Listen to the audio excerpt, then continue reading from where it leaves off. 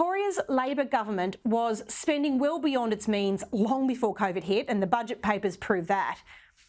That's even though pre-COVID, Victoria's economy was in decent shape. Where is all the money going? Well, it seems that everything in Victoria, every government announcement is something that's, free, or they're strangling and prohibiting something that's, some sort of economic activity. But of course, everyone knows it's not free. And look, just because the Premier is going to the federal government and asking for more money, that doesn't mean that we're going to be spending the money wisely. I think the real problem here is spending what's been going on in Victoria. I would say, though, that I'll give the government credit where it's due. There's one thing that they did recently, which I nearly fell off my chair. The Liberal Democrats, before the last state election, went with a policy of 10% cut across the public service, excluding frontline workers. The government, to my shock, has actually said that they're going to implement this policy, which is a good start. But as I discovered, much to the disappointment when we ran these numbers through the Parliamentary Budget Office, it barely even makes a dent. But look, I'm always open if the Treasurer wants to have discussions. I've been thinking about how to scale down the size of the state for a long time, probably longer than he has.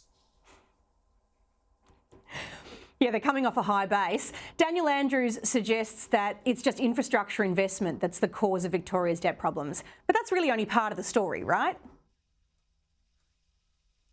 Well, I mean, yes, the infrastructure is part of it, but just about every project runs over budget. We've had IT projects that spent tens of millions of dollars that didn't even get delivered. They got cancelled because they weren't running properly. And all these huge infrastructure projects like the suburban rail loop, anyone that thinks that that's going to run on budget is crazy. It's they could save hundreds of billions of dollars just off the bat by just cancelling knocking some of these projects on the head. I note that they have hit the pause button on a couple of them, but we really need to focus on, what's good value for money for taxpayers and how can we spend this money efficiently and get rid of wastage, because there is so much wastage in the Victorian government. And when you have a government that's made out of union hacks and people who have no experience of business or work or the real world, blowouts become standard because they just don't know how to manage it.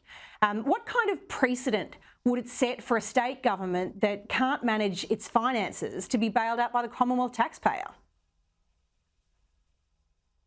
Well, clearly you're right. It would set up perverse incentives, and it shouldn't happen. But look, I mean, we're not at that critical stage yet where the government requires a bailout. I've always said you'll know when we're in real trouble when you start seeing ads for state government bonds on social media. I haven't seen that quite yet. But look, we've still got a bit of time to rein things in and get things under control. And look, I hope that the government does this. And, the federal government's got their own financial troubles. So I don't think that they'll have the resources either. We can't keep spending money forever. We have to live within our means. And that's what I urge both the federal and state governments to do. If there's one thing you could get the Victorian government to do to get it on the path to returning to a sensible and sustainable budgetary position, what would it be?